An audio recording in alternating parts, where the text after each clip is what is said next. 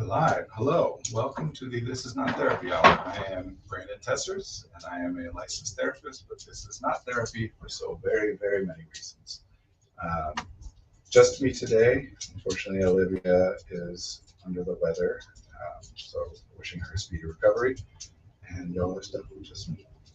I wanted to apologize real quick because I cannot remember if I have given notice in advance about last week's stream being canceled. I hope that I remembered to do that.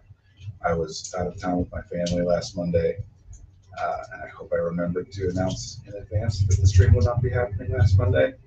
If I failed to do that, I apologize. But I'm glad to be back. The end of the year, transitioning into the beginning of the new year, is always a very busy and I want to say chaotic, but that's not the right term. Um, just a lot of different things happening in different weeks. It's not chaotic. It's known and it's enjoyable and it's organized, but it's like there's this thing this week, then this thing this week, then this thing this week, and it's in and out and traveling and lots of changes for about a 5 week span for me and my family.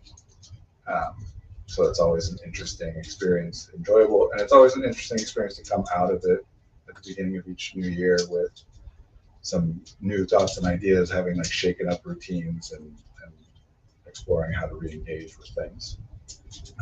But I am that period of transition is now done for my family and I. That particular period I'm talking about.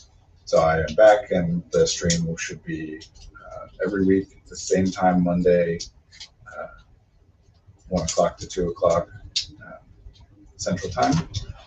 Every Monday for I don't know how long. I don't have any other things, any other scheduled Mondays that I would be missing. Good to be with you all again. This is not therapy. What it is just an open conversation.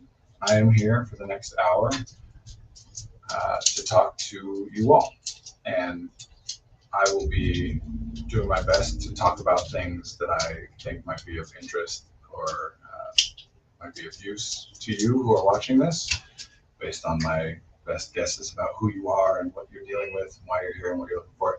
And I'll be doing my best to make my guesses about how what I'm saying is coming across and getting interpreted and clarifying as best I can about trying to be as precise about what it is I'm trying to communicate as possible.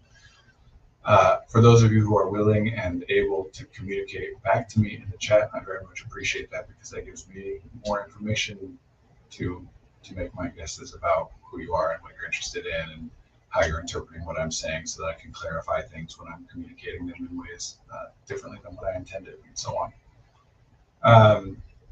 I will begin by just talking about whatever I'm going to be talking about here in a minute. But this is a conversation. Like any conversation, I'll be impacted by the things that you all put in the chat, and we'll go wherever we go. So please don't feel as though you need to stay on topic. That's not a concern. And yeah, this can be a questions and answer kind of format where you just, when you have a question, you put it out there. It can be anything. We can just converse together and move forward together on whatever topic and go around where we go. But please feel free to jump in and say whatever you would like at any time. Don't worry about holding yourself back. I work with a private therapy and coaching practice called Effective Artistry. Our office is located in Northbrook, Illinois. We do individual, family, and couples therapy with people in the state of Illinois. We also do group therapy and have some groups launching very soon. So take a look at our website if you're interested in group therapy. But I'll keep announcing things too as we move along. Hopefully soon we will be able to open up therapy services to other states, starting with Wisconsin and Michigan. This is in the works, so it's I can't say officially that it's happening yet, but hopefully soon. And even more, hopefully by the end of the year, what we've been told is that there's something called a counseling compact that allows therapists to work with clients in a variety of states. I think 30 some odd states that the laws have been passed, but it hasn't gone into practice yet. We're told that it will go into practice this year. So if you are outside of the state of Illinois and interested in therapy services, with effective artistry. There should be some opportunities for that coming soon. Very excited about that because I know that we have a particular specialty and focus and an approach, a way of going about things that is unusual. And so for people who are interested in that, it's hard to refer you to other sources to have that same or a similar kind of a thing. So excited to be able to provide services to more and more people. We also work with a couple of executive functioning coaches who can work with clients all over the world via the internet. Anything else? Oh, one of the reasons this is not therapy, one of the many reasons this is not therapy, is because it is online and available to anyone. So keep that in mind as you're chatting, is that this is publicly accessible on the internet. When I do have comments, I'll do my best to remember to read them out, because we are streaming on Facebook, YouTube, and Twitch simultaneously, and you can only see comments that come in via your platform. So if you're watching us on Twitch and someone comments on Facebook, you won't see that comment. So I try to remember to read them out. I sometimes forget, but I'll try. I think that's the gist, the important, starting us off kind of stuff. It's good to be here. I know the stream has been much more inconsistent over the past 6 weeks than it really ever has. I try to make this stream, and doing it regularly is a very high priority for me. I really try to avoid canceling it and only do so when it's unavoidable or very important. But I believe I've had to cancel the stream something like 3 times over the past 6-7 weeks, which is a lot. And when our 3rd child was born, I even made arrangements for the stream to happen while I was in the hospital. I believe that was the only time in the history of this stream where it was hosted and run by people without me present. And it is good to be back. This is a high priority for me. Do I want to talk about the reasons? I don't know that it matters, or that it would be of interest to anybody. It is unfortunate, certain things about how our culture is structured, that resources dictate access to so many things, everything, I guess. And in particular, my work is around supporting people, helping people to be able to make the changes that they're trying to make, which I think is important and relevant. And I only have so much time in my week, just like everybody. And so I can only meet with so many people. This stream is one of the things that I've been doing since the very beginning of launching my own practice, in part because it is one of the things I can do. Well, it's the only thing I can do to provide access to whatever support I can provide to literally anybody who has access to the internet. And one of a few things I can do to provide support to people who don't have access to as many resources to be able to pay or use insurance for a private individual couples or group therapy. So yeah, it matters to me, and I apologize for the disruptions over the past couple months. But it's good to be back. So New Year's Day, New Year's Eve, New Year's Day, that holiday has been my favorite holiday since I was a child. Originally it was because, well, when I was young, my parents would always have friends over for New Year's. Or maybe not always over, but we'd get together with some friends. And it was a certain group of their friends that they had known growing up, and then those friends' children, that we didn't see very often. But at New Year's, we always were all together, and I had friends in that group, and it was always a great time. So New Year's was my favorite just because it was like a time that we were all together. It wasn't so focused on tradition the way that many other holidays are, where it's kind of, structured of you do this thing, then you do that thing, then you do this thing. It was more just about being with people. As I've gotten older, and gotten further and further into this work that I do, I've thought about it in different ways. or a different language, at least apply a different language to it. And it is still my favorite of our holidays. Because here's the thing that to me it's interesting. That there are some things about the universe or our world or reality or whatever that just are the way they are regardless of human intervention or perception, right? That a tree is what it is and the sun rises and sets the way that it does regardless of, humans can have ideas and tell stories about it. In fact, I just referred to it the way that we always do as the sun rising and setting, even though in reality it's actually the earth is rotating, and so certain portions of it come into view of the sun, but we use the language of the sun rising and setting to describe that motion. So we have our way of perceiving and thinking about and talking about things, and there are some things that exist independent of us, and we just then observe those things and try to label them and understand them. There are then also a bunch of things that only exist in the way that we perceive it, right? When we talk about love or courage or intelligence or any of these constructs, happiness, these are concepts that only exist in the way that we talk about them. There's no observable thing that is there whether humans pay attention to it or not, but then when we notice it, we now call it love, right? It only is there if humans are paying attention to it, noticing it, perceiving it, experiencing it, whatever. And holidays, festivals, moments of significance kind of break down mostly into those two categories, where some of them are based on just how things are, and we observe those things and then start to plan around and assign significance to them, right? The solstices and the equinoxes are like that. There is a day that is just the shortest, in terms of from sun up to sundown in a particular location. There's a day where that's the shortest in a span of 365 days. A year is an actual cycle because it correlates to the position of the Earth as it rotates, revolves, I guess, around the sun, not rotates around the sun. It revolves around the sun, it rotates around its own axis. If I got that correct. So 365 and a quarter days if we break days down into 24 hours. These are all things that, like, the sun comes up when it comes up and goes down when it goes down. And so we then develop our concept of a day being 24 hours as a way of just talking about what we're naturally observing.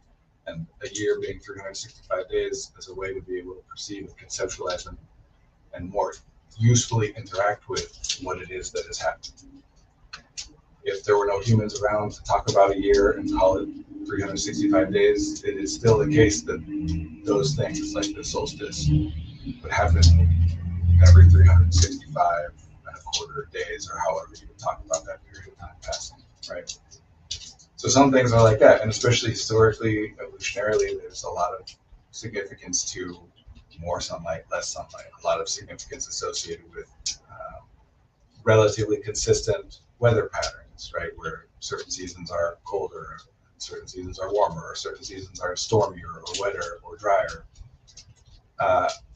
In particular, especially once agriculture became such a thing for us as a species, when it was time to harvest and when it was time to plant became significant times. And those were just things that existed that we observed that phenomenon and then labeled it.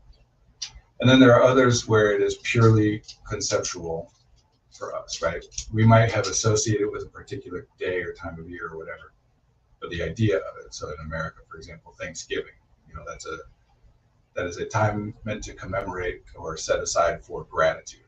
There are obviously also various stories, historical narratives associated with it, but the construct, the thing we are celebrating is the concept of thankfulness and gratitude, which is a very common across various cultures over time and space.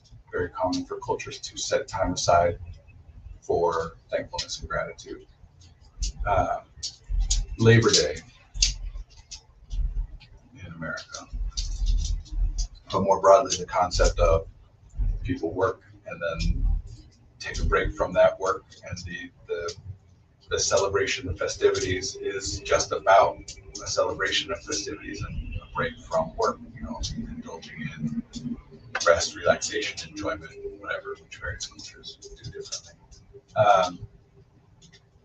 these days we have some fun, like kind of hybrid-y ones where, because of the evolutionary certain things, like historically there are, so Christmas in America as an example, we do things as a part of that tradition culturally, like a Christmas tree that were originally associated with the winter solstice, right? That there's an intrinsic reason why when it is darker, when you live in a part of the world where at that time of year it's darker, that and deciduous trees lose their leaves and everything is bare, it's understandable why people would select something that it doesn't lose its leaves, maintains its greenery, and even bring it into their home as a reminder of the greenery and what's coming, right? That sense of renewal. Even though things are unpleasant right now, things will change and become more pleasant later. It's associated then with other things, without getting into all the details, obviously, that we associate with Christmas. Anyway, to me, New Year's is significant in part because it is true that it takes 365 and a quarter days for the Earth to complete a full revolution around the sun and get back to the spot it started at. So that's a cycle that exists. It's a phenomenon that we notice. And because it's a cycle, when humans then conceptualize it, we conceptualize it as having an ending, the end of one cycle, the beginning of the next. We start at A, and then we go around and around and around and get back eventually to A, and A becomes the place where we mark the start of a new cycle and the end of the old one. So the time that we call New Year's, there is no reason that couldn't be any random day, right? That, in fact, different cultures do celebrate different times of year as their marker of when one year ends and a new year begins. No matter the cultural history or significance or associations with it, everyone, all cultures, all humans understand how long a year is. But where we mark the beginning of a new cycle, that's completely open. In fact, even in the roots of Western culture, I could be mistaken about this, but if I remember correctly, the original New Year's, back in Roman times, was in March, until one of the Roman emperors decided that it should be in January instead, which kind of makes sense intrinsically. If you're talking about the mark of a new year, it makes sense why people would naturally put that at like when it's the time now that leaves start growing again and birds come back and things form up, and that's the newness, rather than just a random part in the middle of a several-month-long stretch of dark and cold. Anyway, we can put it wherever we want, and we can put it on the gap between December 31st and January 1st. And that's, to me, I think, amazing. That I think, to me, it's just such an innately human thing. It's a metaphor for what it is to be human, to say, here's this thing that exists regardless of us. It is this way. Then we perceive it and understand it and label it in a way that allows us to kind of predict what's going to happen next in a way that is useful, even if it's not entirely accurate. And then to put on top of that a layer of purely conceptual human thing. If humans did not exist, there would be no concept of a new year. There's just time moving forward. It's irrelevant. Unless there is something there to perceive it, it's irrelevant that's the planet has gotten back to the part that, and it's not in the same space, right? It's in the same, or more or less, within very small margins of error, the same relationship to the sun, but it's not literally in the same place. The solar system is moving through the galaxy is moving through the universe. We never return to the same place. So the idea that, we're back to the start is a human way of conceiving it, which I love. It's useful, it's helpful, even though it's arbitrary. And it fulfills, or it provides an opportunity for a useful function for us.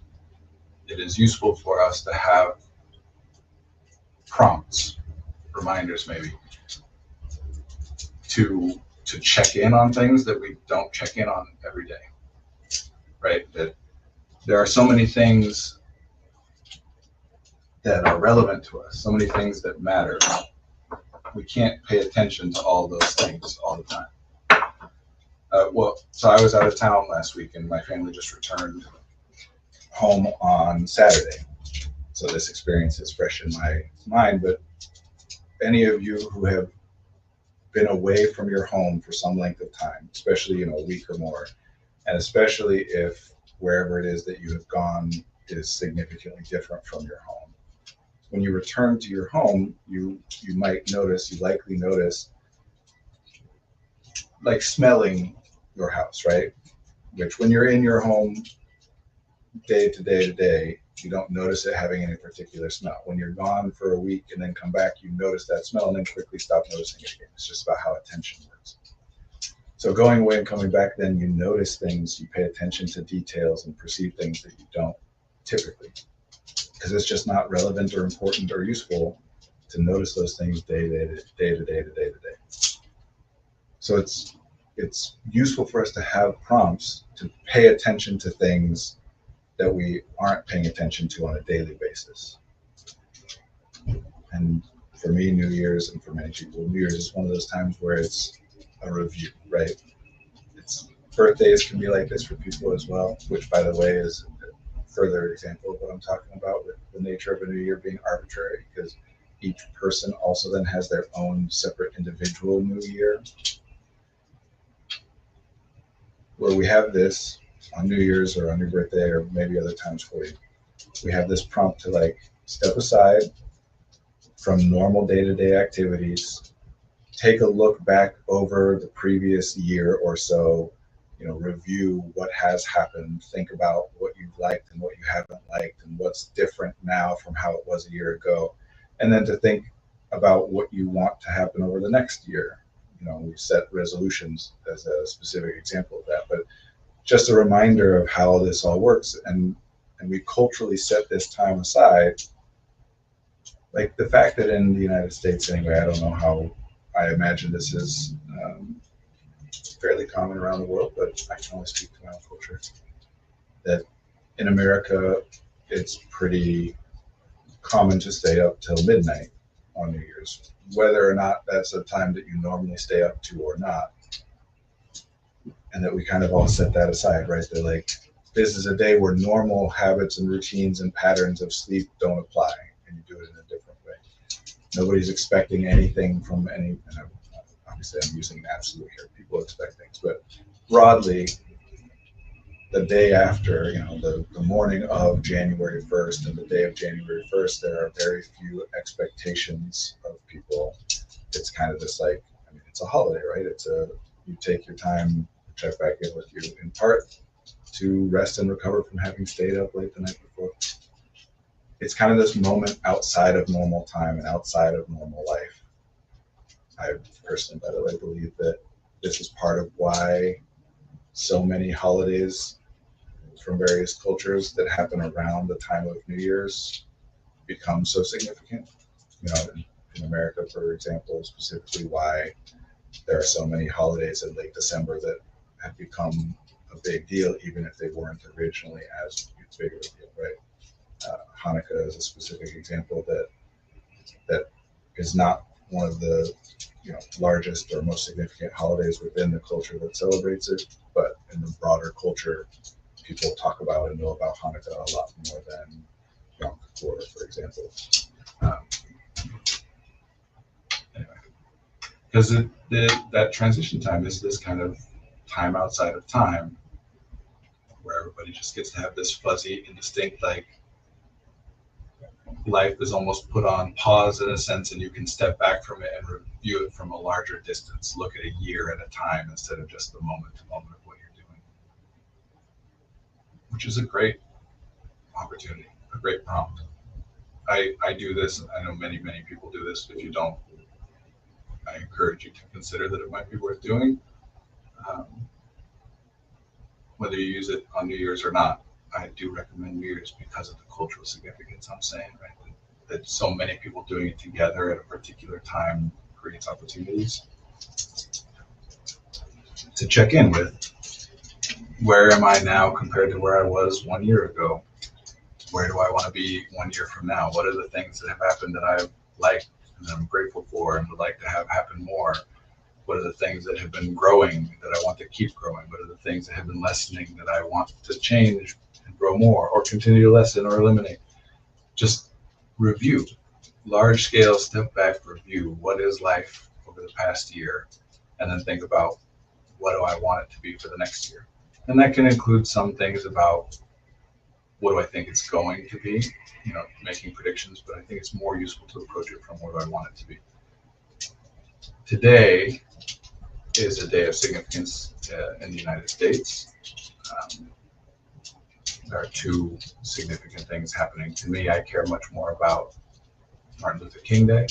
It is also Inauguration Day, where the new president is being sworn into office.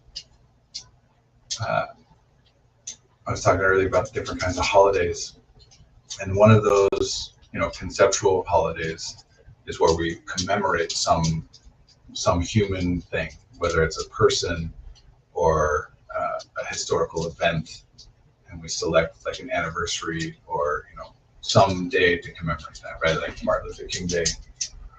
I'm actually not sure. I am making the assumption that it's his birthday, but I don't actually know if that's the case. 4th of July is the anniversary of the date that a certain document was signed by certain people.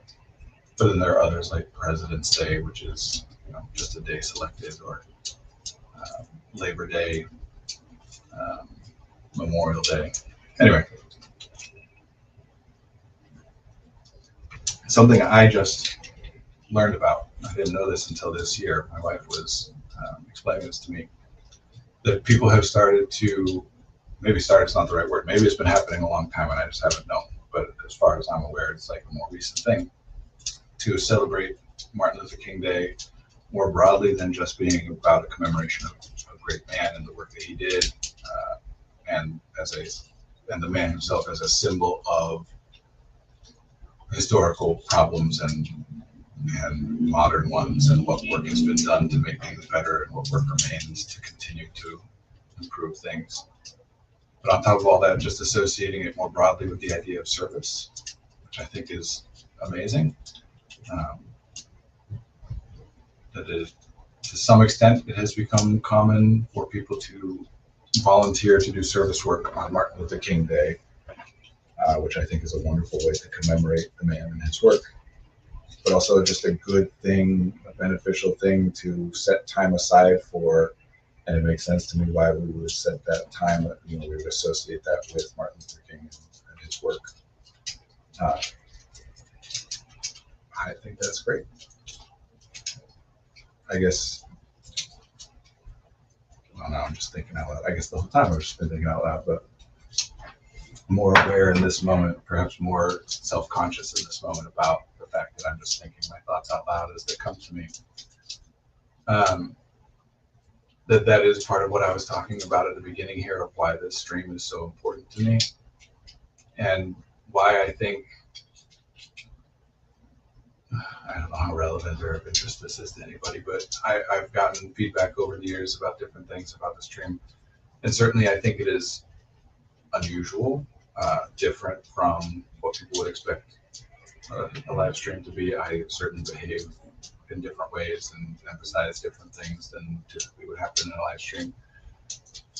But I think that's in large part because a lot of the focus on streaming generally is for a person to build their business or their personal brand, right? Like that it's work that they're engaged in, and the aim is to make it bigger and bigger, to acquire more followers and gain more notoriety.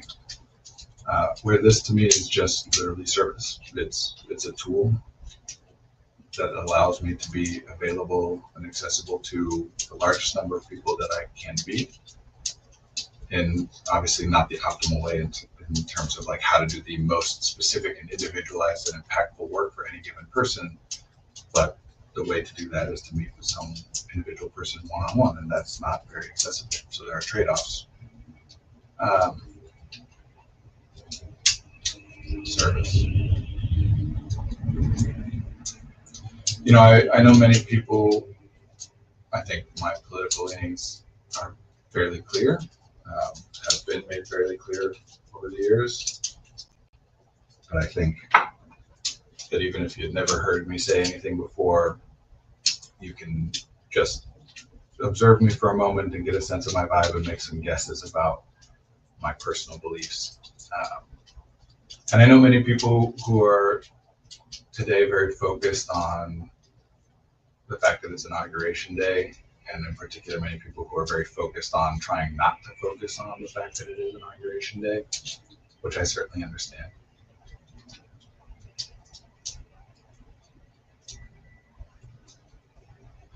Neurodiversity, let's do it this way.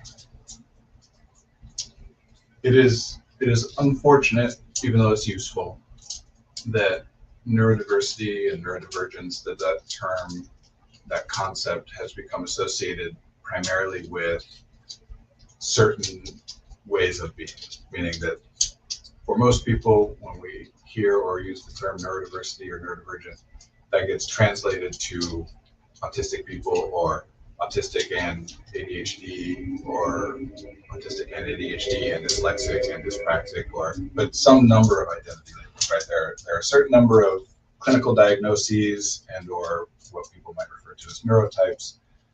And when we talk about neurodiversity, we just think of those people who qualify for those diagnostic labels or who match those neurotypes or theoretically have that neurotype. It's become an identity label. It's an umbrella term for an identity label in the same way that queer, for example, is, right? That there are many more specific identity labels that people might use underneath that umbrella, but that, you know, people who are in different camps in terms of which of those labels apply to them, whether it's gay or trans or whatever, both might still fall under or consider to fall under the term queer. So neurodiversity and neurodivergent is a similar thing, that more specifically I'm autistic, but that means I'm neurodivergent, and this person's ADHD, so we're different in that way, but they're also neurodivergent. There's a lot of utility in that. But it is unfortunate to me that that has made it so that the concept that was originally being discussed when the term was proposed is now difficult to discuss again because the language gets interpreted in that way. The concept of neurodiversity is just the idea that human variation exists purposefully, that it serves a function, that it is good for us as individuals and as communities and as a species to have variation among our members. That evolution resulted in that outcome because it is beneficial. It is beneficial for a community to have some members of the community who are very tall, because then they can do things more easily that people who are not as tall would have a harder time doing, even though there's the trade-off of there are other things that people who are very tall are worse at doing, and there's a greater expense in terms of calories and other resources required to sustain a larger body, right? I often talk about it and think about it as kind of the guiding principle of neurodiversity, of that way of looking at things, is that the important unit in human evolution is not the individual, but the community. That humans are built the way that we are built because we thrive in community. That's the thing that makes us survive. It's our only evolutionary advantage over other species. As individuals, it is very easy to name all kinds of other animals, other species that are much more suited to survival as an individual than we are. I mean, this gets brought up in like a humorous way all the time when people talk about fighting a particular animal, you know, that a rhinoceros, an individual rhinoceros, is much more resilient and survivable than an individual human. But a human community is much more prosperous, much more resilient, much more adaptable than a community of rhinoceroses, right? And there are, I guess you could say this is a spectrum, right, in terms of evolution. how much a species is built around individual survival versus how much they are built around communal survival.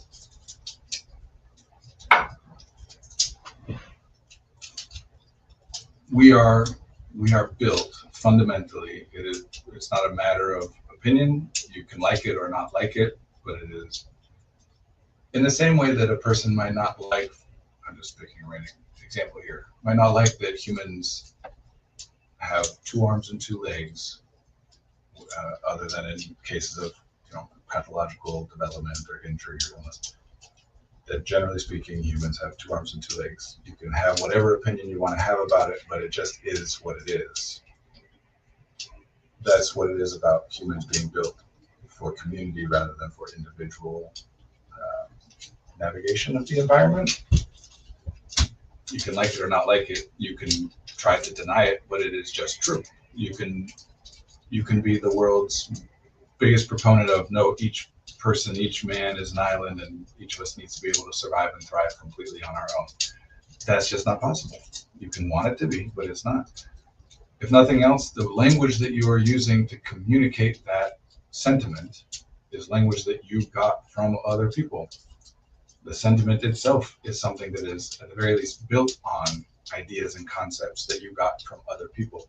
If you took an individual human, cut them off from access to all other humans and all things that other humans have created, they die very quickly. And you could say, well, no, I know how to survive in the wilderness. I know what plants you can eat, and I know how to build a shelter. Where'd you learn that? Right? That's information that was passed from one human to another. It is undeniable that the thing that matters most in terms of how we are physically, biologically, even cognitively and emotionally as well, because those things grow out of the biological and physical. The way that we are structured is optimized for community. We are not meant to be independent. We are bad at it. Trying to do it does not go well, and you can't really do it. This idea that we all want to be independent, well, we're using independent there to represent a certain set of ideas or concepts or whatever, but we don't truly mean cut off from all other humans, because there's something called solitary confinement. It's a barbaric punishment where people are put into a cell and cut off from all human contact, other than some food being slid under the door, but no seeing with, interacting with, communicating with other humans. And we find that after a week of that, people have identifiable brain damage that we can see on MRIs. All of us, if you really explore the idea of being completely alone, it's not a matter of, the question would be, how long can you survive like that? And it's a limited time, even if all of your physical needs were taken care of, right? It unfortunately seems to have become this kind of, no, let me phrase that differently. There is inherent tension in being human between prioritizing that which is good for others or that which is good for the community against prioritizing that which is good for the individual.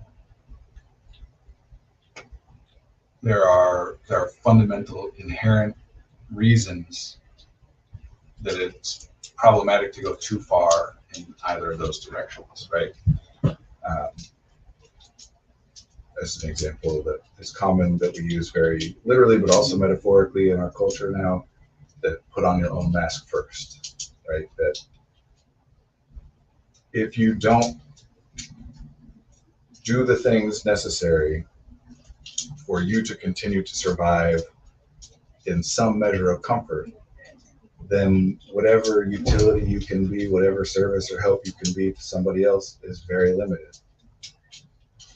Over the lifespan, you'll do a lot more for a lot more people if you are able to keep working and doing things sustainably for a long time. So there is this inherent tension between paying costs to benefit the communities of which I'm a part, but we can. One of the communities of which an individual, I'll use myself as an example. One of the communities I am a part of is my family, by which I mean my immediate family, my wife and my 3 children and I. One of the communities I am a part of is this effective artistry practice. I am a part of the community of Northbrook, the community of Illinois, the community of America, the community of people who play D&D, right? All these different communities. And the largest, most inclusive one that every human is a member of is the community of the human species. And obviously the more like small and local and specific and individualized you get, the greater the impact, the greater the resources spent on that. And right, like I prioritize my wife and 3 children's well-being much more highly than I prioritize the well-being of a human I don't know. And again, this is not to say that that's good or bad, or that it should be different or it's fair, but it's just to say that that's how it is, whether you like it or not. That's how it is for everybody. We all, you cannot be equally aware of and equally impacted by all humans, not even in theory, right? Like even if somehow you could be equally aware of and impacted by all current living humans, you can't do that for past and future humans. It gets all, well, I don't want to get into some of that test-real stuff, but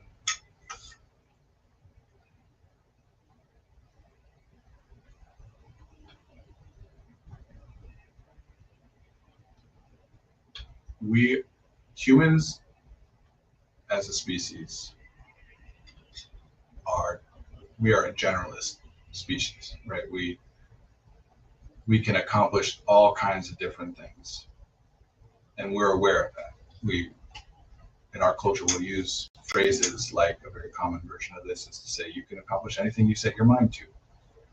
And there's some truth to that, right? That if we were to take a baby, hypothetically take the same baby in several different hypothetical realities, and in one raise that child to become a really skillful carpenter, then that child can become a really skillful carpenter. And another raise that child to become a very skilled and useful artist, and then another a teacher, and another.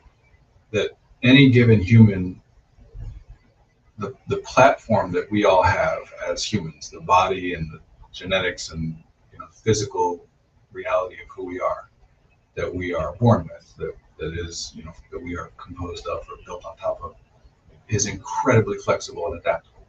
It can go in any kind of a direction. That's one of the major benefits of our focus on cognition and thought, is that it is so flexible and adaptable. You can go to this, you can go to that. But any given individual human, an individual is a specialist. We as a species are generalists. We do all kinds of different things. But the way that works is that individual humans do one thing, or one set of things, whatever set of things is unique to that person.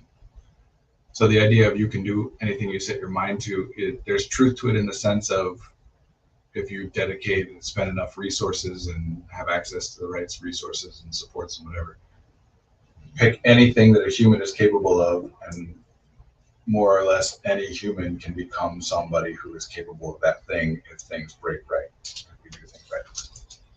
But you can do anything you set your mind to is obviously not true in the sense of, if you really try to accomplish anything, you will.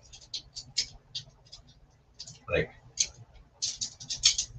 that can't happen. That would violate the laws of physics. I cannot be in 2 places at once.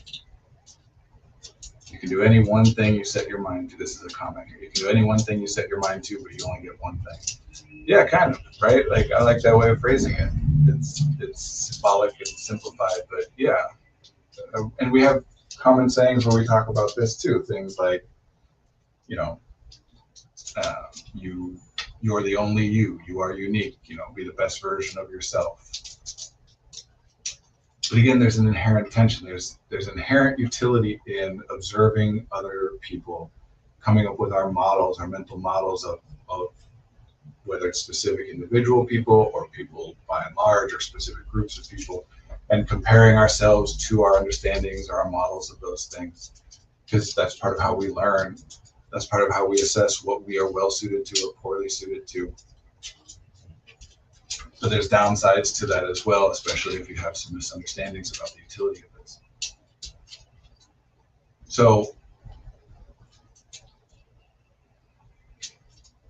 to me, it is useful, helpful, important to understand this, to understand that no matter who you are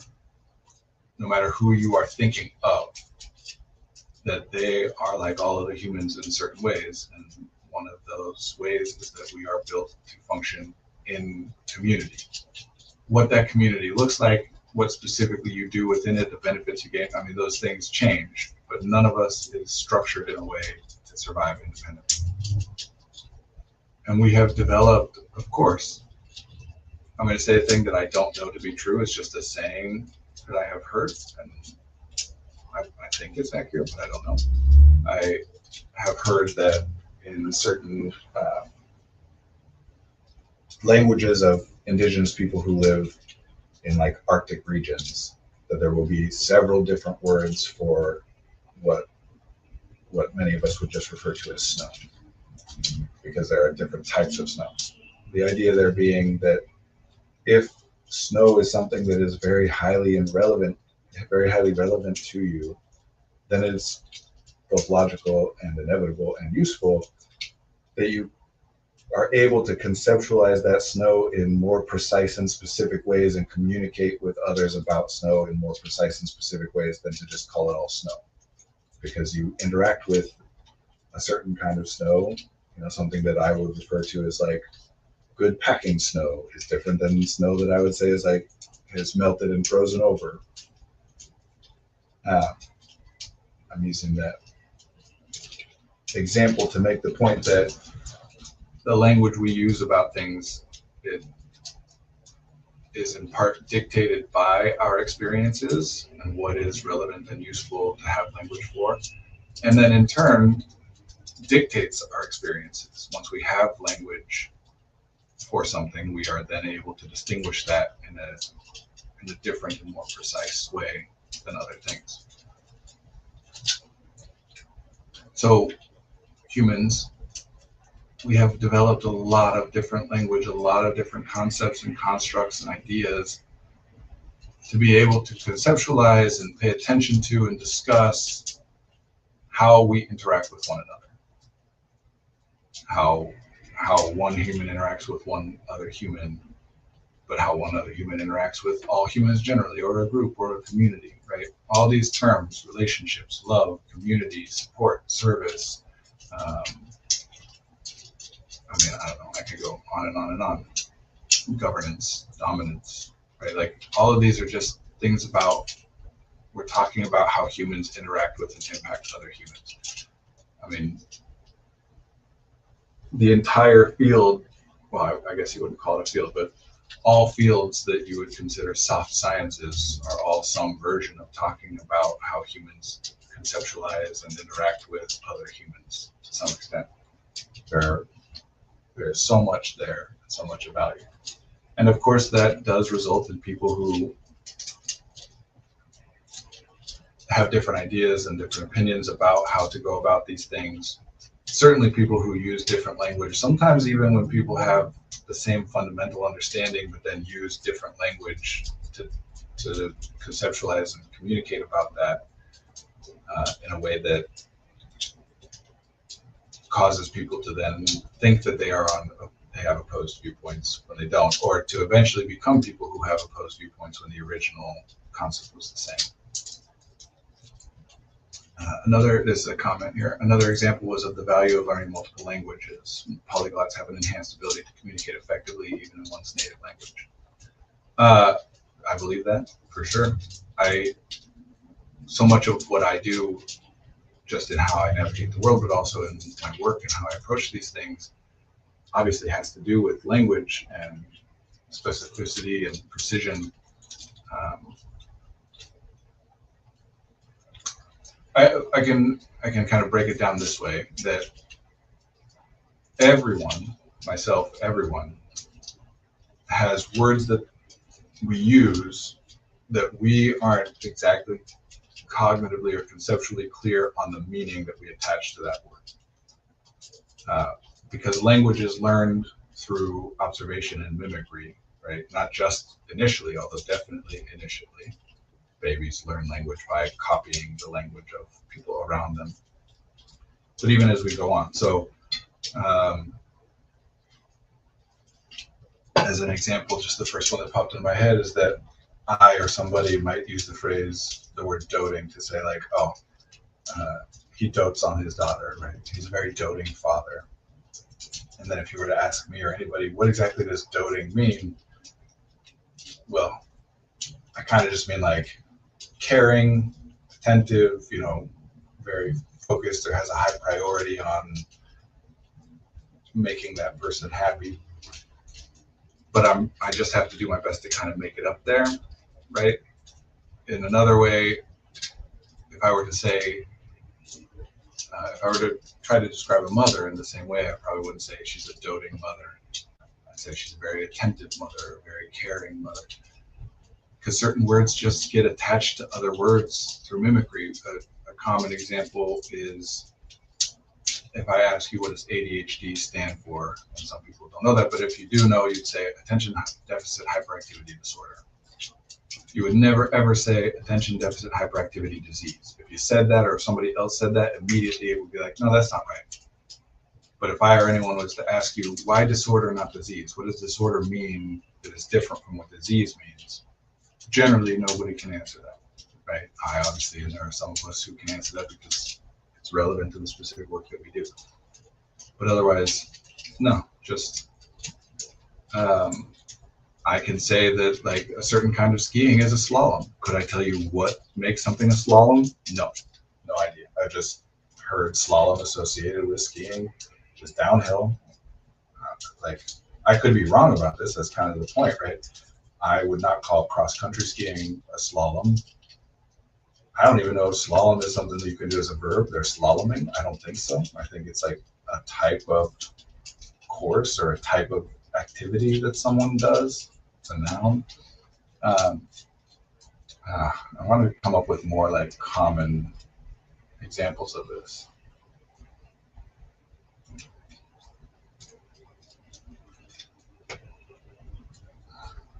Another one is just something I've thought of in the past, but sometimes when a person is insulting another person, they might say they're a nerd. Another time they might say they're a dweeb, or a loser, or a dork, or a weirdo, or I don't know. Those are a bunch that could be used relatively interchangeably. And if you asked any specific person who just said like, "Oh, he's such a dweeb," what exactly do you mean by dweeb, and in what way is it distinct from nerd or dork? Nobody can answer that, right? It just happens. But there are processes by which those words, the language we use, is selected. And like I was trying to say before, like the language that we acquire and then utilize is dictated by the things that happen around us. In large part, the words and the language that other people use around us, but that in and of itself is dictated by the things that happen around us, right? I might, for example, know somebody who has all kinds of language about model trains that they know, but they've never used that language around me because I've never been engaged in the process of dealing with model trains with them or around model trains with them. If we went to a museum or talked about it, then they might use it and I could acquire it. But because I'm not interacting with model trains, even though they have the language, it doesn't get conveyed across to me. And even if they try, it's unlikely that I will acquire that in a very like strong way to be able to recall it and utilize it later if it's not connected to something real that's actually happening. I'm going off on all kinds of things, which is fine.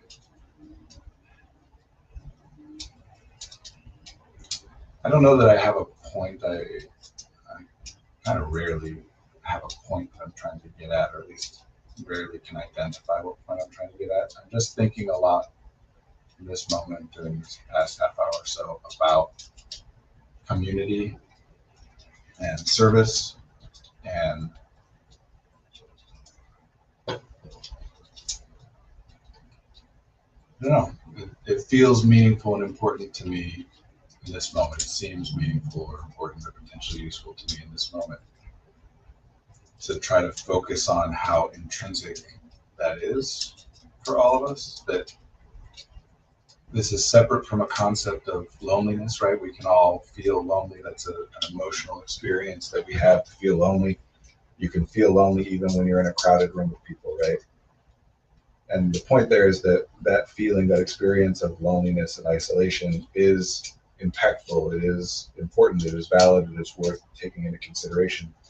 It is a separate thing from an objective evaluation of how connected a person is with other people, right? If I can feel lonely in a crowd of people, then obviously feeling lonely is not necessarily inherently an accurate indicator of the extent to which I am around or interacting with other people.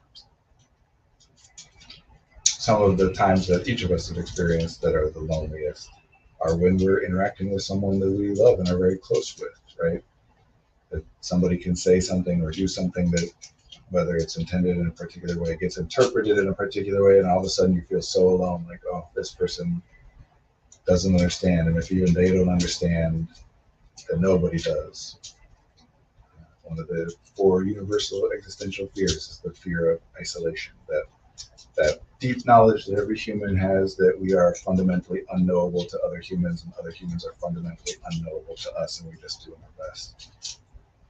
And different things happen that prompt different feelings from us, right? There are things that occur, and in response to those things, in response to observing those things, we feel lonely. We're not just making stuff up out of nowhere. Even though, yes, it is possible that somebody else in the same position as us would feel differently in response to those things than we would. And it is also true that me, myself, in a different context or a different time, a different place, would feel, instead of feeling lonely in response to that, I would feel curious or whatever. Things happen and those things impact us. And the thoughts and the feelings that we have, they are impacted by the things we observe. They also impact which things we then observe. So it's real, it's important, but not necessarily an indicator. The point of thoughts and feelings is not to be an accurate representation of reality. That it's kind of silly, right? Like,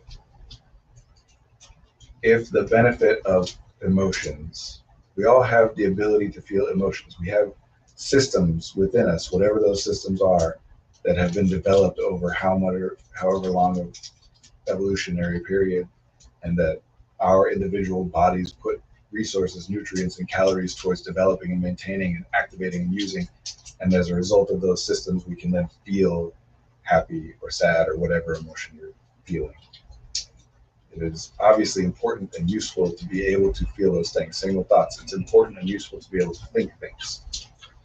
The utility of thoughts and feelings is not connected to how accurately they represent reality. That would be silly. Why would we put so much into having the ability to feel an emotion if the point of the emotion was only to accurately model what is really happening? We have other systems for that. We have vision and hearing, and we have senses that allow us to accurately model, perceptual representations of reality. With those things, accuracy matters. Emotions and thoughts are not about accuracy. As a very specific, very common example of this, fear. Fear is an emotion. Being afraid is an emotional state. And the more afraid a person is of something, the less likely it is that that thing is going to happen to them, right? If I am afraid of falling from a high place and dying, that fear prompts me then to be more aware of the high places around me. It prompts me to stay further away from the edge of some high place. It prompts me to, when I am close to the edge of a high place, keep my center of gravity low or hold on to things, be careful in whatever we do. And the stronger that fear, the more I am afraid of falling off of a high place and dying, the more I do those things. So let's make it irrationally disproportionate and say I am so terrified of falling off of a high place that I never leave the ground. I don't even go up a single step. I could then never fall off of a high place and die, right?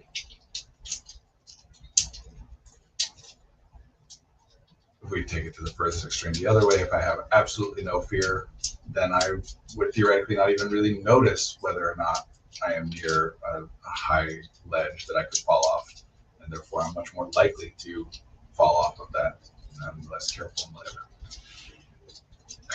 There is an understanding in our culture, I think of it as a relatively recent one, but I'm sure it is not. It's an evolution of things like everything is. But there's this idea that our thoughts should be accurate to reality, that what makes thoughts useful or even sane is that they accurately model reality. So if I am afraid, for example, of being abandoned, if I'm in a relationship where I can then say, like, I do not believe that I will be abandoned, I have no concern or that if I were to say what is the likelihood that I will be abandoned, I'm going to say it's like 0.0000001%, right? But my fear of it is still very strong. If I think that my thoughts and emotions are supposed to accurately model reality, I then say, like, what's wrong with me? Why am I crazy? Why am I worried about this thing that isn't happening and isn't going to happen? But again, if I'm afraid of being abandoned, that prompts me to pay attention to things and do things that make it less likely that I will be abandoned, theoretically, right? Obviously, there are times where that fear prompts me to then do things which actually make it more likely for someone to abandon me. And that's part of the reason that things like therapy and other approaches to helping people with this stuff exist, because we do get things wrong and it's important to identify that sometimes. But if I'm afraid of being selfish, I'm less likely to be selfish. If I'm afraid of hurting people, I'm less likely to hurt them. The function of that thought, that emotion, is to prompt us to do the things that make it so that it's less likely to happen. If we then think that it's supposed to accurately model reality, it goes off the rails. I'm so afraid of something that's so unlikely to happen. If you were less afraid of that thing, the thing would be more likely to happen, to the extent that it is that you have the ability to impact or influence it, right? There are some things, like the sun exploding or whatever, that I can't do anything about. And so how afraid I am of that or not does nothing for me, and therefore the fear is not useful. It just costs me something and it's unpleasant, even though I can't do anything about it. And there's a spectrum between can't do anything at all about it and have like almost total control over it. And we want to be focused more on things that we have more of an ability to impact.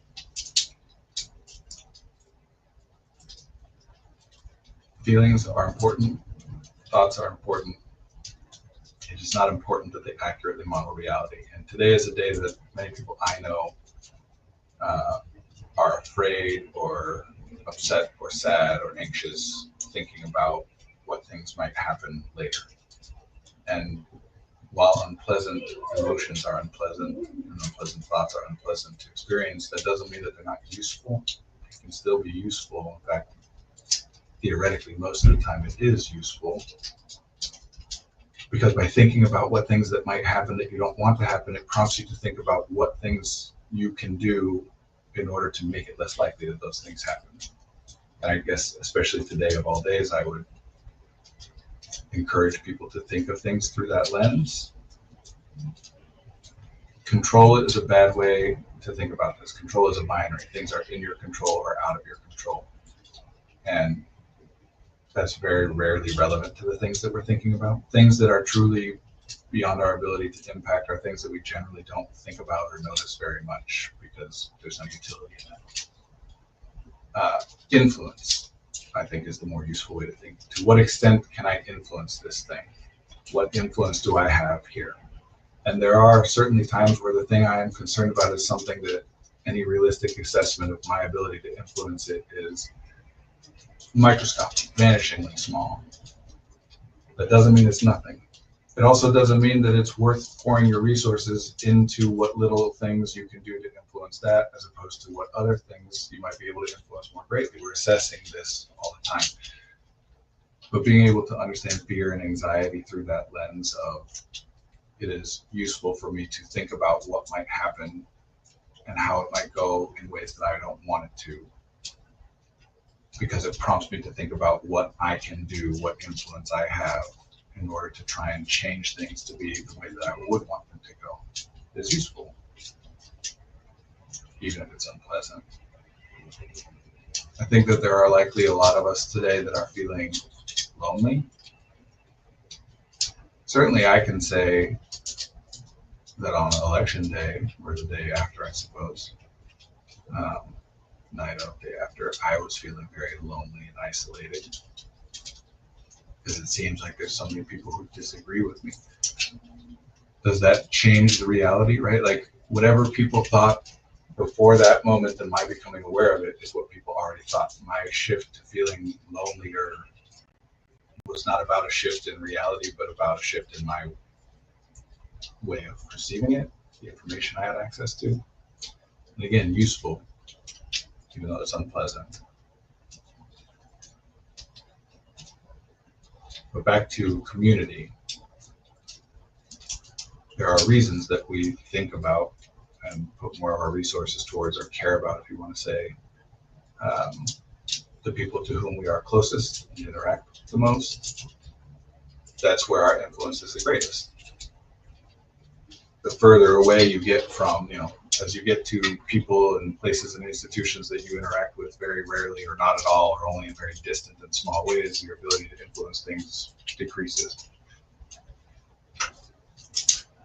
And so I think when things are causing you, are prompting you to feel fear or anxiety or worry, and when those things are things that your response to that is to say, well, there's nothing I can do about it, or very little I can do about it, I think it can be very useful to then kind of zoom in and say, okay, well then let me focus in on the people who are around me, the communities that I am a part of, and what I can do there. Not to say that you shouldn't care about people who are members of other communities, and again, we are all a member of the community of humanity, but we're all members of many, many, many different communities. It's not to say that you should care more about the well-being of, how do I phrase it? Because you should, of course, care more about the well-being of the people to whom you are closest. I guess value is maybe the word that would convey what I'm trying to say here.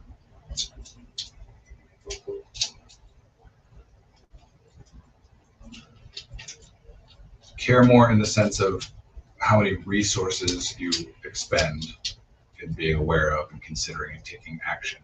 Care more about well-being of the people to whom you're closest. Not care more in the sense of, I think these people are more deserving, or of that they deserve well-being where others don't, or less, that others deserve well-being less. That I think is inaccurate and obviously problematic. I hope, if nothing else, that this is providing a good example of what I'm talking about in terms of precision of language, right? That I'm going to guess, I'll say for me, but I'm going to guess that many people watching this get stuck on this very specific thing, right?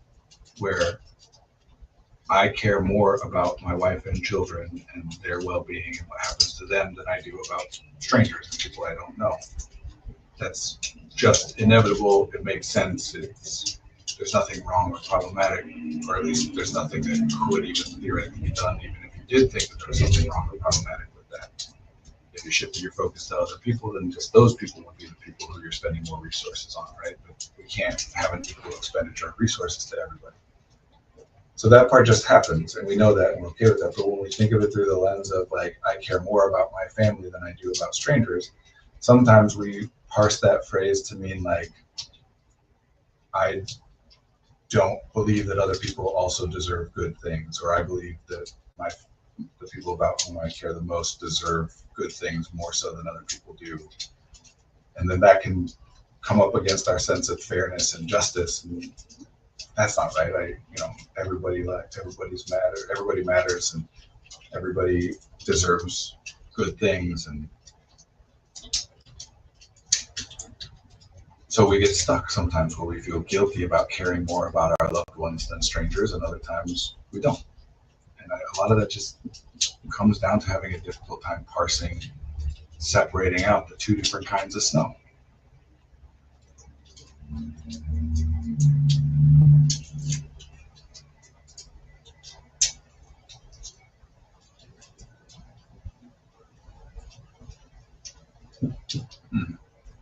I'm trying to think more about that, but also I need to get wrapping up here. I'm glad to have the work I have now. This is a comment here. I'm glad to have the work I have now during this time. It feels like if I focus in on what I'm already doing, I'm already helping to make things a little better. It's a very slow process, though. Yeah, certainly I feel that way. I'm very fortunate with many privileges that support me in my endeavors, and have the opportunity now to focus in my work on things that I find to be very meaningful and important. I do feel as though I am doing what I can do to be helpful. It seems to me that when I think about being helpful, I come to the conclusion that I am doing the best things that I can do. I am specialized into this particular thing, right? That climate change, for example, is something that I think is a big problem, and I do very much care about. And it's not something that I have a particular set of skills and knowledge and access to tools and resources and networks and communities to have a lot of influence over. And that's the point of neurodiversity. That's the point of being human. Community specialization is we each handle the things that we handle, right? And there are times and places that works out better, and times and places it works out worse. And there are structures and systems that we can put in place to better platform each individual and a community's ability to do those things effectively, and other systems and structures that interfere with our ability to do that. Oppression, as an example, is something that hurts everyone. If you take if you take one person and cut that person off from the resources and opportunities that would theoretically allow them to come to maybe more specific. Imagine that any given person, this is true, right? Like, if there is a cure for cancer, some person will be the person to discover it, or some person will garner some insights or discover some things or reach some conclusions that will enable others to take the next step and the next step, right? If that's something that we all want, and generally is, right? If that's something I want and that I would benefit from, I have no way to determine what person might be able to come to those conclusions or make those connections. So I would want everyone to have access to the resources and opportunities necessary for them to be able to try. If I take one person and say, nope, this person doesn't get to try, well, that's one less person who could have come to the conclusion, who could have discovered the things or invented the things that would have benefited me. So even from a very selfish standpoint, and by the way, I think selfish and selfless is not a very helpful concept generally for humans, but even from a selfish standpoint, I want there to be access to resources and support for everyone. I don't want to live in a culture in which half the population, all women, do not have the opportunity to learn science or whatever. I'm just I'm referencing, there's all kinds of versions of this. I'm just picking a random one to reference. Benefits me better for everyone to have a shot. And it benefits me better, each of us better, all of us collectively better, for each person to be able to self-select into the things that are best for them. I am likely more effective at the work that I do than someone would be if they were not interested in this work inherently, not drawn to this work inherently, but you've made them, right? Anybody can learn, anybody can grow and can become more effective. But the more that a person enjoys a thing, the more that they think about something in their own ways and on their own time, the more that they learn, the more that they grow. So it's best for each person to do what they most enjoy and what they are most interested in. And we want to aim in that direction rather than trying to cut people off from those opportunities. So yeah, focus where you have the most influence, and also focus where you have the most intrinsic interest and where you find the most joy. This is not a sprint. It's not even a marathon. It's just walking forever until you die. The most important way to evaluate all of this is over the course of your lifespan, right? That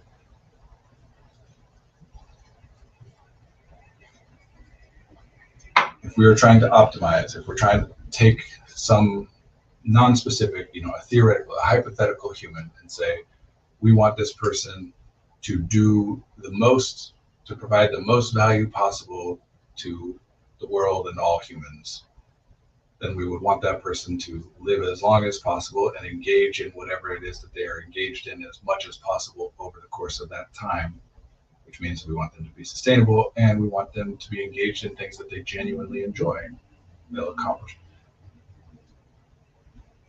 I am capable, both in reality and theoretically, right, of being good at math, right? I do well on math tests. Good in the sense of taking a particular snapshot and then comparing my performance on that snapshot to other people's performance on that snapshot. But that's not a very meaningful or important indicator of what it is to be good at something, because the stuff I'm thinking of that I'm identifying under the umbrella label of math is not stuff that I enjoy.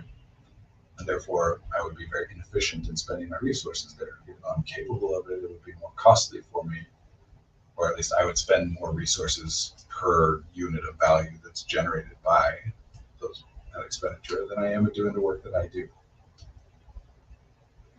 It's not just that it's okay to enjoy things. It's not that it's important to rest and relax so that you can do more productive things. The way to be most productive is to be productive in the realms and in the ways and in the activities that are enjoyable to you. You don't think of them as productive, you think of them as enjoyable. Comment here. I think a lot about how we often try to temper ambition by saying things like, well, there's only one Yo-Yo Ma, the chances of you being the next Yo-Yo Ma are very low. But I always thought that there's a lot of famous cello players, and the deeper you are in the classical music community, the more names become famous to you. I don't think I'm explaining it very well.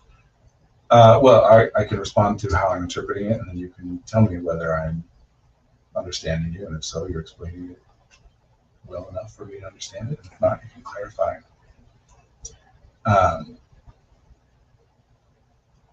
Like, we only have one president of the United States, but we have a lot of city council members. Yeah, there are advantages and disadvantages to scaling up, meaning making a community that's larger and larger and larger. And there are various ways to try and approach making that even work, but trying to maximize the benefits and minimize the disadvantages. And government, really any kind of large scale organizational structures or approach, like that all falls under that category, right? Where we're trying to maximize the benefits of more and more and more people interacting with or being impacted by one another and minimize the disadvantages. We can't eliminate, but minimize. And we can argue about which ways are better and blah, blah, blah. But yeah, in a hierarchical system, which is one of the more common ways of making a large-scale community function, there are some disadvantages to that, some obvious and big ones. It's not that there are no advantages, but the higher up in the hierarchy somebody is, the more of an ability they have as an individual to impact people. Someone higher up in the hierarchy impacts you more than you impact them, right? The president of the United States is higher in the hierarchy of this community than I am. The things he thinks and says and does impacts me a lot more than the things that I think and say and do impacts him. Which isn't to say nothing, at least not theoretically, but big difference. One thing I think you're pointing out is that the more attention you pay to something, the more fascinating it becomes. I think, well, just pick somebody you know. Hell, pick yourself. Think of your own life and how fascinating and interesting and relevant it is to you, how much you pay attention to the things that happen to you. And then think about anybody else, no matter how much they care about you, and how interesting and relevant your thoughts would be to that person, and it's less than it is to yourself. I think a lot of documentaries illustrate this point really well. I bet there's a term for it, but I don't know, certain kind of documentary where it's like, let's pick a specific, like, kind of niche subject and really zoom in on it. And then, yeah, by the end of that hour and a half, I know the names of various different, like, right now I'm thinking of a documentary I watched in like the middle of the night, like 2 a.m. on PBS, like 15 years ago, about cruciverbalists, which are people who do crosswords, and like their national convention and competitions. And you pay more attention to classical music, you know more classical musicians. You pay more attention to sports, you know more athletes. And it's a true statement, obviously, that there's only one Yo-Yo Ma, in the sense that there's only one of any individual person, but also in the sense of, in this particular way, it's like, well, Yo-Yo Ma is the only cellist who is known even to people who don't care about classical music or cello. Not everybody, but all we're really saying there is he is the most famous cellist. And yes, there can only ever be one person that is the most famous. Does everyone know Yo-Yo Ma? No. But do more people know Yo-Yo Ma than whoever? Literally, I'm an example here that I know Yo-Yo Ma. Couldn't name to you another famous cellist. Yes, right. But fame is sometimes people's goal, and there's reasons for that. That's not a bad thing, something to be ashamed of, but it's not always the goal. I follow a TTRPG person who always ends his streams with the phrase, imagine people complexly. That's really good advice for TTRPG, and for certain other endeavors like therapy. Not practical advice in a way of saying how you navigate the world, right? Like, again, resource expenditure. If you think about attention and awareness as finite resources, to imagine one person with complexity, you're spending more resources on. The more complexity you are imagining a person with, the more resources you are spending on that, which leaves fewer resources available for others. There's only so much to go around. Kind of earlier when I was talking about focusing more around the communities of people with whom you interact the most, people with whom you're the closest. If you think about it in terms of money, imagine that you have $10,000, and then we were to say, like, yeah, you're going to spend the bulk of that, or you're going to spend more of that proportionately on the people to whom you are closest than you do to others. And that even if you tried to distribute it equally, if you theoretically did it to all 8 whatever billion people who exist right now, no individual person is getting much of a benefit from you at all. We're talking about fractions of fractions of fractions and whatever. But if we instead allocate our resources by, I spend more on my family and you spend more on your family, not to the exclusion of spending anything on anyone else, but just proportionate, distributed in that way. Yeah, imagine people complexly is great advice in terms of being compassionate and understanding. Also great advice in this particular context in terms of artistry, creativity, right? Like in creating characters. Also good advice in just being an effective communicator and a person who navigates the world effectively, understanding other people with more complexity. It's kind of like, this is genuinely one of the things I love about TTRPGs, and one of the reasons I think that being interested in TTRPGs correlates with certain other things that it correlates with. Um, if we were to evaluate like who can lift the heaviest weight, then we'd all acknowledge that there's some like intrinsic stuff to that, right? Like just the shape of your body in terms of its height and its structure and whatever. But we would also all acknowledge that there's training that's involved in that, and the training that people do is not the same as the task itself, right? That if you're competing to lift the heaviest weight, what you do in training to do that is not just that task itself. You're lifting smaller weights in the same way. You're doing other ways of lifting weights in order to create other muscles and whatever to support things, blah, blah, blah. And nobody would look at somebody who is trying to like win the Olympic gold for weightlifting. I believe a clean and jerk is what it's called, when you lift that big, two-handed, the bar with weights on both sides from the ground and put it up on your chest and then up above your head. I think it's called a clean and jerk. Nobody would look at somebody who's training for that, see them doing like a bench press, for example, and be like, you're wasting your time. That's not the thing you're supposed to be doing. We all understand that even though that's not the same task as what you're training to do, that what you are doing is relevant in making you more able to do the thing you're training to do.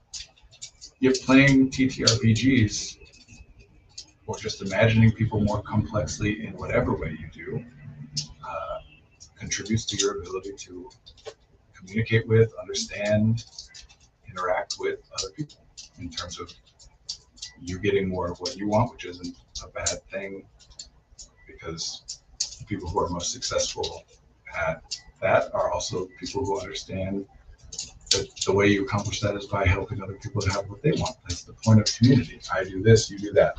We don't have to think of it in that transactional sense, but we also don't have to associate some negative connotations to the idea of transaction. That it makes sense that you train to be a doctor, I'll train to be a house builder, I'll build your house and you heal me whenever I'm sick, right? Like it makes sense for us to divide things up in that way. I think that's a lot of what a lot of art does. Whatever, getting off topic. Yeah, you're limited. And if you think of things in terms of control, things are in my control or out of my control, that only is going to cause you anxiety. Because anything you think of as being in your control now becomes something that you have a sense of responsibility to do. And if you don't do it, you're failing to do something that you should do and you're bad. And anything that's out of your control is something you can't do anything about. And so your awareness of it is only distressing. Influence and allocate your resources accordingly. Spend the bulk of your resources in the place where you can make the biggest impact, not just in terms of being self-sacrificing to help others, but in terms of helping others and myself. Somebody who enjoys the service work they're engaged in is going to do a lot more of it. Find ways to make the things that you enjoy and the things that work well for you, find ways to make those things beneficial to others, and they'll become more beneficial to you as well.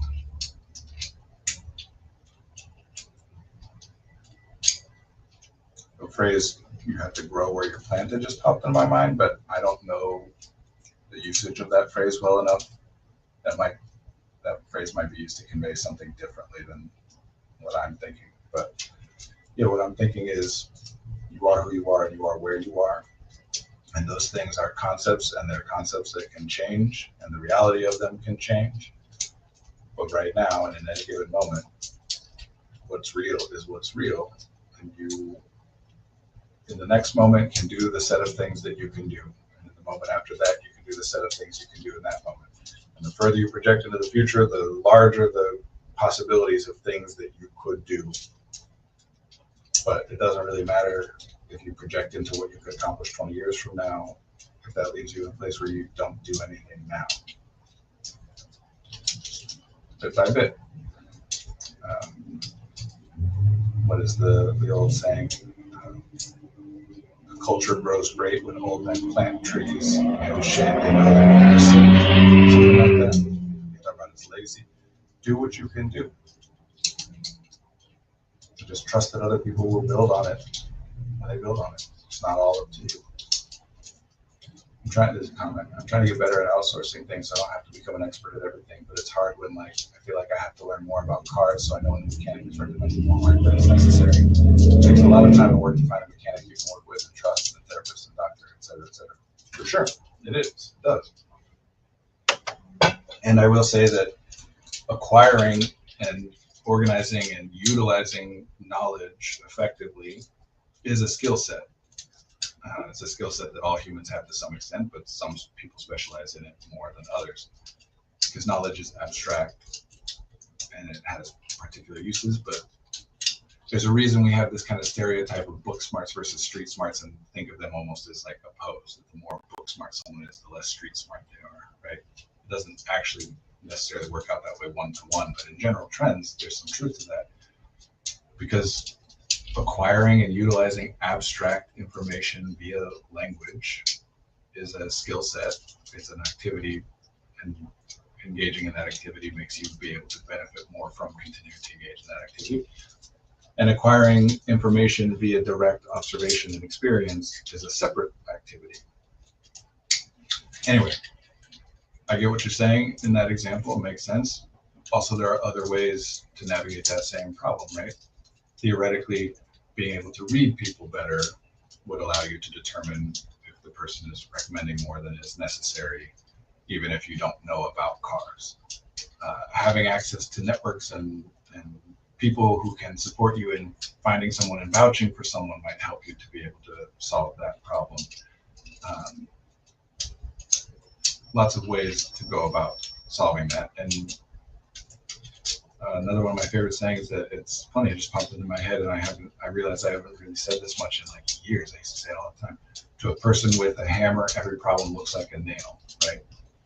I am someone I have a lot of experience communicating and I have a lot of experience finding success via communication with other humans. When I have a problem, I'm going to likely try and find a way to solve that problem via communicating with other people before I jump to something else.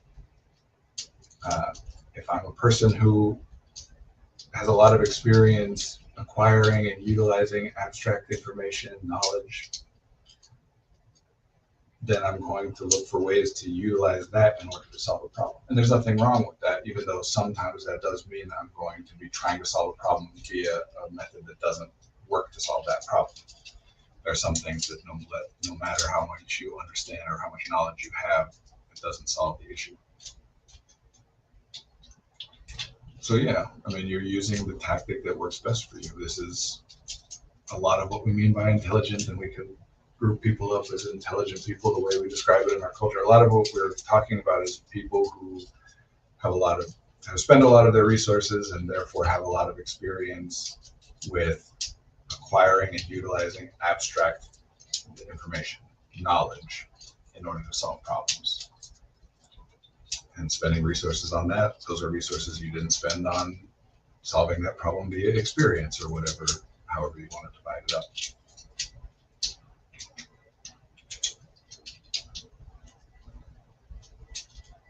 There's a reason some of us have such a focus to the point that I sometimes, or you might call it a special interest, on human communication and reading people. Did that person like me? Did they not like me? Yesterday, everybody at the party was laughing when I made that joke, but now I'm thinking back and wondering if like maybe I was talking too much and people were just being polite. Like that stuff that would theoretically contribute to your growing ability to read people and understand when they're saying what, be able to interpret what they mean in a way that is more accurate to what they're intending versus just rolling with your initial interpretation. The more expert someone is at something, the less confidence they have in talking about that thing. I just need to level up so I can build up my insights then. Yeah. Or learn the cantrip Friends. I don't know if that's a cantrip anymore. That might be a 3rd edition thing. Or Charm Person. Or Dominate Person, I suppose. Yeah. I mean, certainly to me, again, to a person with a hammer, every problem looks like a nail. And my hammer is people, communicating, interacting with people. So, of course, I am someone who's going to say here that I think it's the most versatile skill set, because it requires that you become comfortable with relying on others, requires that I be comfortable knowing that I am limited and that I am not going to survive a zombie apocalypse, right? That my life cannot be at all what it is without millions of other people doing the very specific things that they are doing. And that's an uncomfortable thought. I am comfortable with it at this point. But the idea that you're not independent, that you rely on others, can be very uncomfortable for people when you start with a different misconception.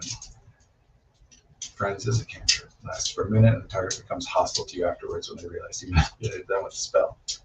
I remember now. I think that was a change in 5th edition. I don't think it was stipulated that they became hostile in earlier editions. But I could be wrong about that.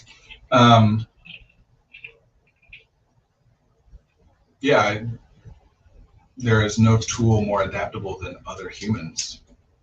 And so therefore, to me, there is no knowledge more valuable than the knowledge of how to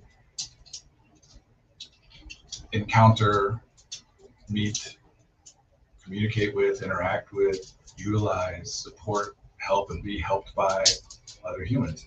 There's that song, Nature Boy, that I first heard in Moulin Rouge.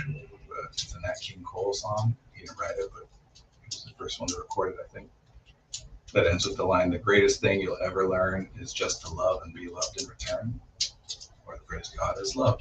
I think that this is a lot of what we mean when we focus on love, is the idea that other humans is what matters to any human more than anything else.